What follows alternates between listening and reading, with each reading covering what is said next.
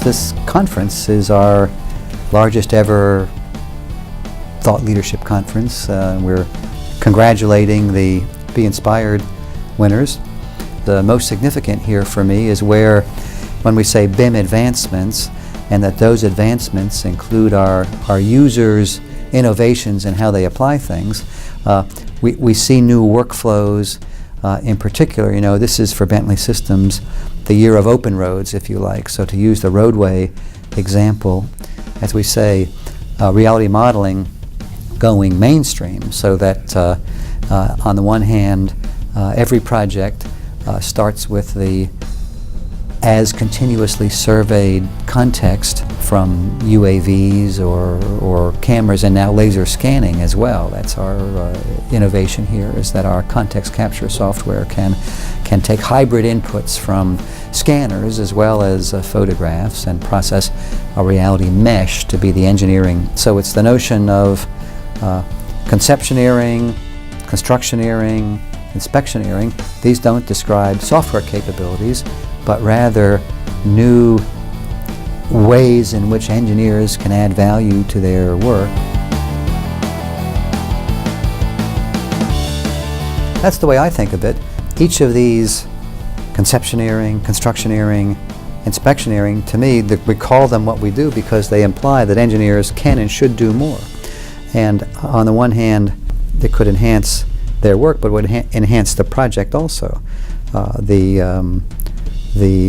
In each case of conceptioneering, where more alternatives are explored, in constructioneering, where there are fewer opportunities to introduce error and improve the quality of the process, and in the case of constructioneering, we in Topcon have made that easy through the connections between our respective cloud services, their Magnet and our ProjectWise.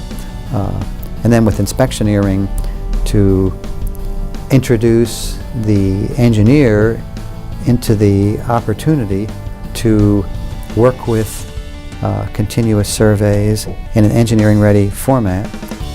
It's all new opportunities, even commercial opportunities for engineering.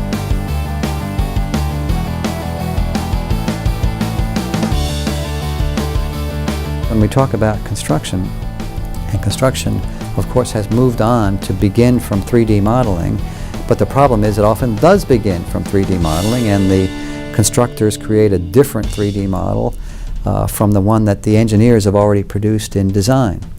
And then there's no chance for the design modeling and the intelligence it can embed from analytical modeling to be used in turn during operations, because the as-constructed model won't be the same. Constructioneering breakthrough so that those models are the same and are shared, and done so very advantageously.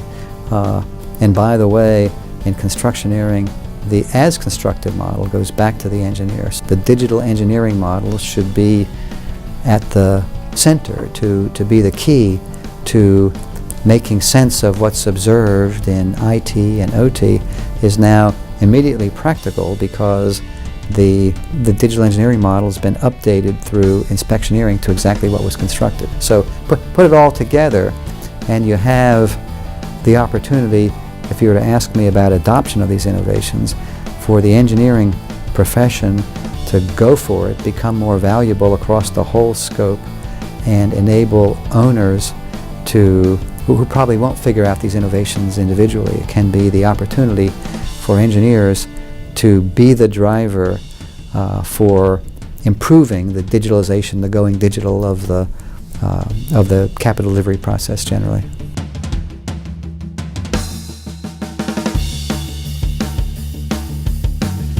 It's a McKinsey report that shows technology industries are at the top, are green, are digitized. The construction on almost every metric is in the red and is slow in going digital. There are always going to be engineers. If engineers carry forward these innovations, if they say, we always work in a geo-coordinated environment, there will always be a geo-coordinated 3D model in the way that surveying is now done, in the way that engineering is done, of course, and also in the way that assets are managed and operated. In that case, because the reality modeling capabilities, the continuous surveying, the context capture software can always provide a ready model during operations, whereas that would have been the constraint before. If engineers undertake to offer this greater scope of services, and they might because they're not satisfied, nor should they be, with selling their hours only, then we could have the Going Digital Index change toward the green quicker than otherwise.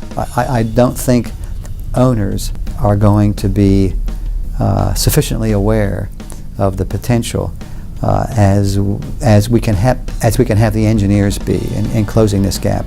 And I believe that each of conceptioneering for a better economic solution, a better environmental solution as well, and constructioneering for a better quality of solution from the design to the construction, and inspectioneering for bringing engineering quality work to inspections. Those are not by rights hard to sell.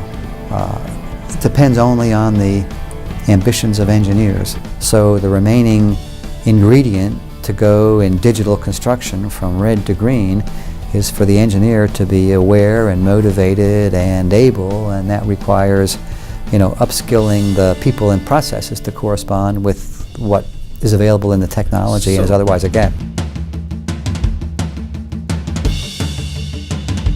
I wish there would be a hardware advance that could close that gap, but physics seems to be slowly allowing an improvement there.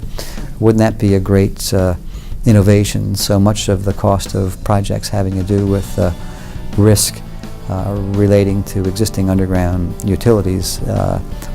We do a lot with software to model and represent underground utilities, and our underground utilities engineering capabilities are incorporated in the new Open Roads Designer, but the veracity of the data or the sufficiency of the data is the obstacle there.